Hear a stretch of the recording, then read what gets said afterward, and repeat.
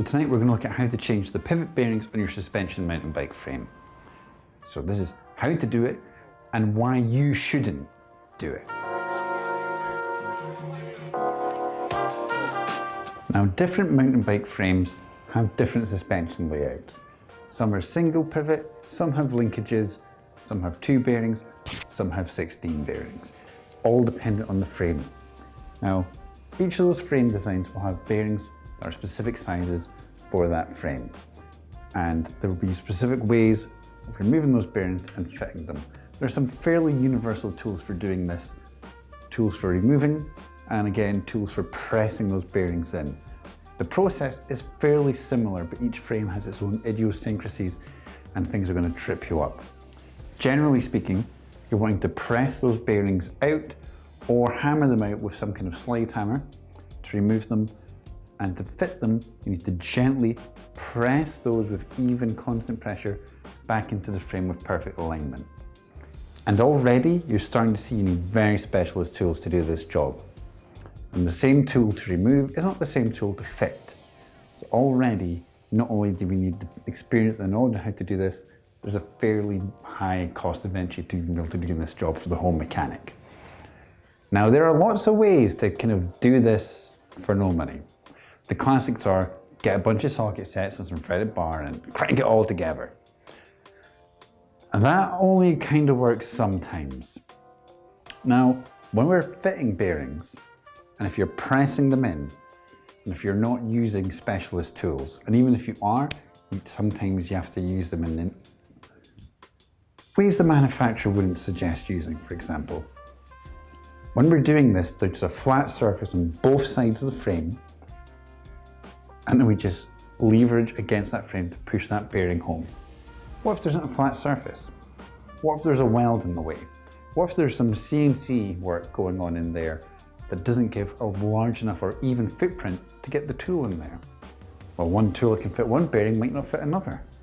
Then you need perhaps a bottom bracket press fit tool to fit an upper bearing. And again, this is where all the little idiosyncrasies of individual frame designs come into play. And this is where I think you shouldn't fit your bearings. Now, for the ignorant and foolhardy like myself, you're going to do it anyway. But this is the kind of job that I think you should take to your bike shop. Now, not only do they have the experience of either working with that exact frame before, or being able to look at the frame and see where those problems are going to happen before, they're also going to have that library of tools to hand to do the job. Now, bearing changes, that's a big expensive bill, but only if you don't get it done regularly. Once or twice a year, change those bearings out, and then that will mean they aren't cold welded in. And then you're not going to end up with huge labor charges at the end of it. Because the bearing sets, they're not that particularly expensive. For example, I got these ones for like 18, 19 pounds.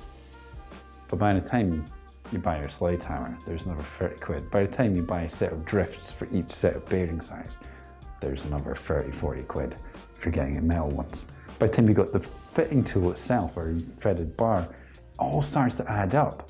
Before you know it, it's not going to work out cheaper in the long run. And you know what? You're going to be a lot slower than your bike shop. And this job will frustrate the hell out of you as you're trying to get the bearings to fit perfectly.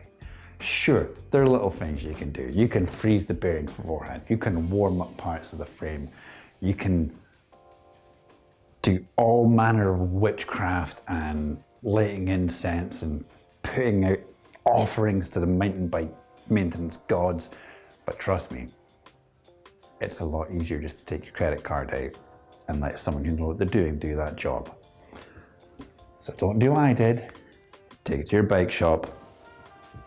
Know when you're beat. Pay them and in full. So yeah, not the kind of video you normally expect here. Normally, this is how you do it, but this, some jobs you're better off taking to the professionals. Let me know what you think in the comments. Let me know your frame bearings, horror stories, or tips and tricks if you're going to do it for yourself at home. And as always, thanks for watching.